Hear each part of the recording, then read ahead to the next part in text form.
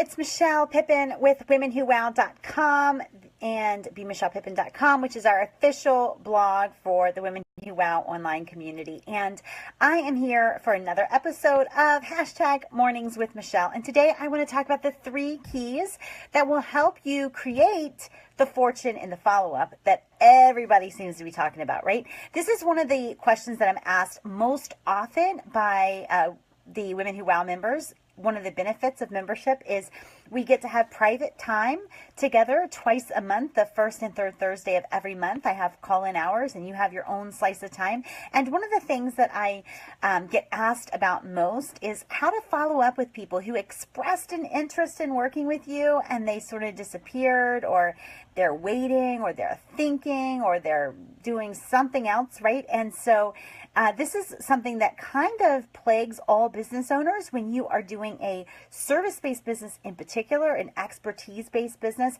Even filling an event or selling a program, people say, oh, I love it, I love it, I love it. And then they don't buy, or they don't sign up, or you're not really sure where they stand, right?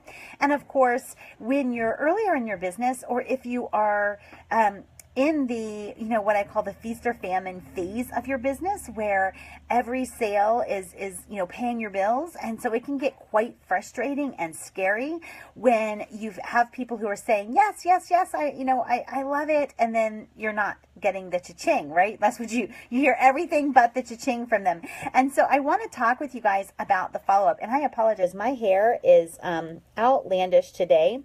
I have an appointment to get it blown out for the weekend, but anyway, I just have to deal with it as it is right now. So anyway, so I want to talk about 3 keys to actually seeing, realizing, and depositing the fortune in the follow-up. And so the first key really is to follow up very relationally, right?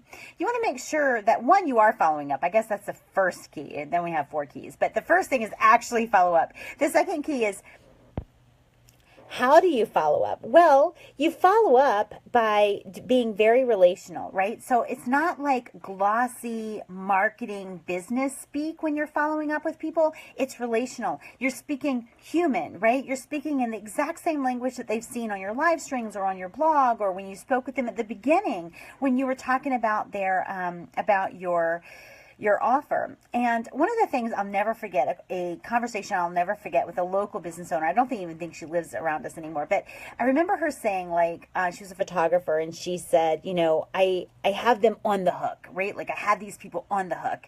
And I'm thinking, I never want my prospects to feel like they're on the hook. I can barely tolerate fishing stories, right? They're almost more cruel than like hunting stories. And, the idea that you have to take the hook out of their mouth, I'm like, it's just a horrible analogy for me. I don't know why I'm more sensitive to that than other things, but I am. And so when she said that, I've got them on the hook, I remember thinking, I never ever want my prospects to feel on the hook. And yet it can feel that way when you've got a limited number of prospects or leads coming in, and then somebody says they're interested, and then it's like you're on them. And when you are following up, you don't want them to feel pressure. You also don't want to follow up in an awkward, weird, weaselly way where you're like, hey, just seeing how you're doing, and like the last conversation was about a business offer, and then you're following up and you're not asking about the business offer. And so the first thing is be relational, be human in your speaking. Talk the way you always talk to them. Don't put on a glossy version of whatever that book told you to say when you're following up. The second key is to be direct, right?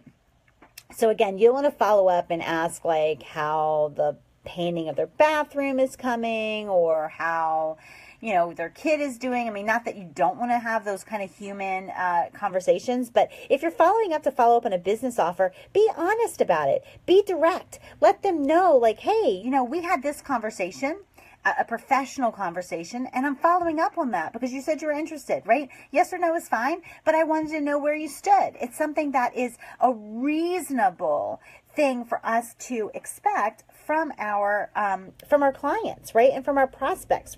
And they should expect us to follow up. We should want to follow up because we're excited about what we have to offer them. And it's not too much to ask to get a yes or a no from someone. And the key for us as business owners is to make it okay whether they say yes or no. They should not feel like they're on the hook. They should not feel like the pressure is on them to meet your bills that month. And so here's the thing. You want to do it relationally is the first key. The second key is be direct. If you're following up about a business offer or a proposal, let them know, hey, I wanted to touch base with you about what we discussed. How are you feeling about what I proposed?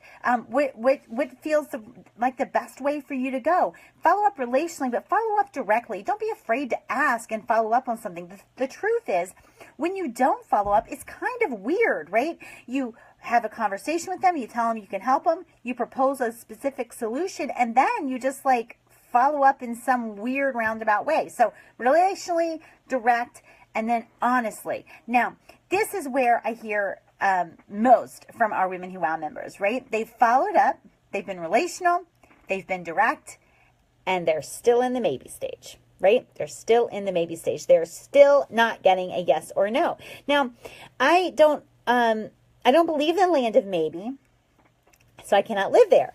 And so I believe in a land of no, right? And every yes lives in the land of no.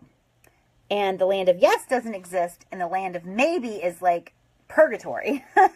So we don't want to live there. And so here's the thing. You want to follow up. The third key is to follow up honestly, right? Follow up honestly. This is where people are, I don't think they're meaning to string you along. I don't think that's their intention. I think either maybe they don't have the money, or they haven't decided yet, or maybe they're procrastinators, or whatever it is, right? Or maybe they're just not convinced you're the solution that they need. Either way, you need to follow up honestly and let them know what you're thinking, or ask them what they're thinking. Hey, we've talked about this 5 times. Like, are you a yes or a no for this program? Either way is fine, but I want to know where you stand. Or, hey, we talked about this a lot. Like, tell me what's really holding you back from joining this program or from saying yes to this proposal. Or let's talk about what might be in the way of us moving forward. So you want to be relational, you want to be direct, and you want to be honest with them. I always recommend, and in fact, my Women Who Wow members, I give them a template of how to break out of the land of maybe, the purgatory of maybe, and letting people, quote unquote, off the hook. A lot of times in business, the client or the prospect feels like they're in the power position. And if everybody is selling to them, then they feel like they are the ones that can eventually say yes or no.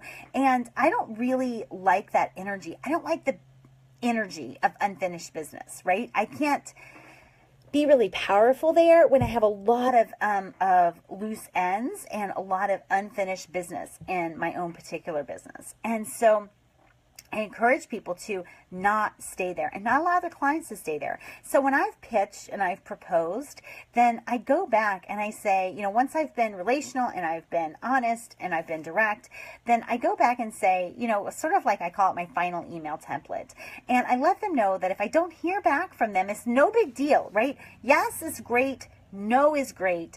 But if I don't hear back from you by this date, I'm going to assume you're a no. And if anything changes on your end, let me know, right?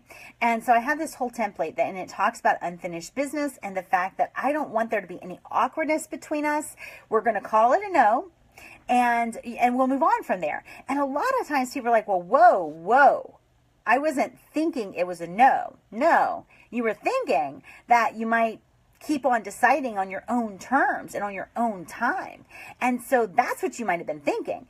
But that unfinished business is a drain, and it's that land of maybe, that purgatory land of maybe that we really can't thrive in. Okay? So I hope this helps you guys. Those are the 3 keys to really getting the fortune in the follow-up in a tangible way that you can actually deposit. So relationally, directly and honestly. Those are the ways to follow up. So if you're just joining me now, I see people logging on. Just go ahead and wait for me to end and watch this from the beginning. This is one of the top questions I get from Women Who Wow members. If you are a seriously driven woman entrepreneur and you are not a Women Who Wow member, you have got to join us. WomenWhoWow.com. You will have immediate access to a training library that gives you everything you need to take your business to the next level. But then you couple that with weekly trainings and a powerful online loyal tribe of successfully driven women entrepreneurs, and the strategy sheets that go with it, the weekly hustle prompts to help keep your business moving forward week to week. There is so much value in here for Women Who Wow.